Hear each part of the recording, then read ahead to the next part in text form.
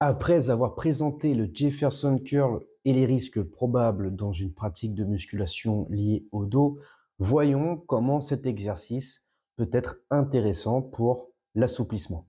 Salutations, ici Geoffrey de Formaclette, quatrième partie sur l'assouplissement du dos avec le Jefferson Curl. Je vous ai donné mon avis sur le renforcement musculaire avec le Jefferson Curl, mais cet exercice est aussi utilisé comme étirement.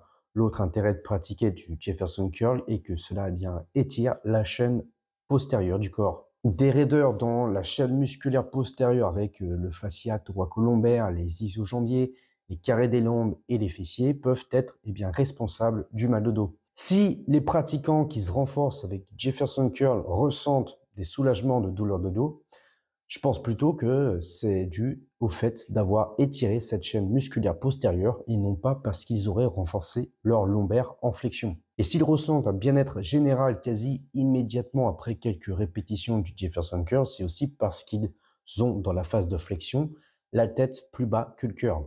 De cette position, cela favorise la circulation sanguine jusqu'au cerveau avec tous les bénéfices que cela comporte qui, en position debout, doit lutter en permanence contre la gravité, procurant ainsi un état de bien-être. Le Jefferson Curl en stretching est aussi intéressant pour gagner en mobilité si l'on veut améliorer la technique dans la pratique du V8 ou des levées de jambes toes to bar. Ainsi, le Jefferson Curl comme exercice de stretching est moins à risque de causer des blessures du dos puisque on maintient la posture statique sans faire des répétitions comme dans le renforcement musculaire. Le Jefferson Curl en étirement avec une charge légère est donc intéressant pour étirer la chaîne postérieure qui peut être responsable du mal de dos, cela permettant de gagner en mobilité pour faciliter la réalisation de certains exercices et puis de favoriser la circulation sanguine jusqu'au cerveau. En cas de lombalgie, le Jefferson Curl en étirement progressif peut